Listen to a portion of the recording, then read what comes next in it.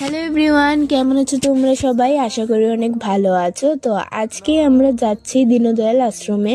তো প্রথমেই আমি তোমাদের সেখানের কিছু মূর্তি রয়েছে সেগুলো দেখিয়ে দিচ্ছি। আর ছোট ছোট মন্দির করে এখানে মূর্তিগুলো রাখা হয়েছে।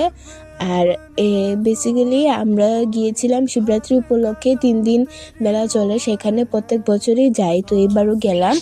তো লাস্টের দিন গিয়েছিলাম আমরা, আর খুব স্টেশনারি জিনিস উঠেছিল আর অনেক স্টলও দিয়েছিল তারা।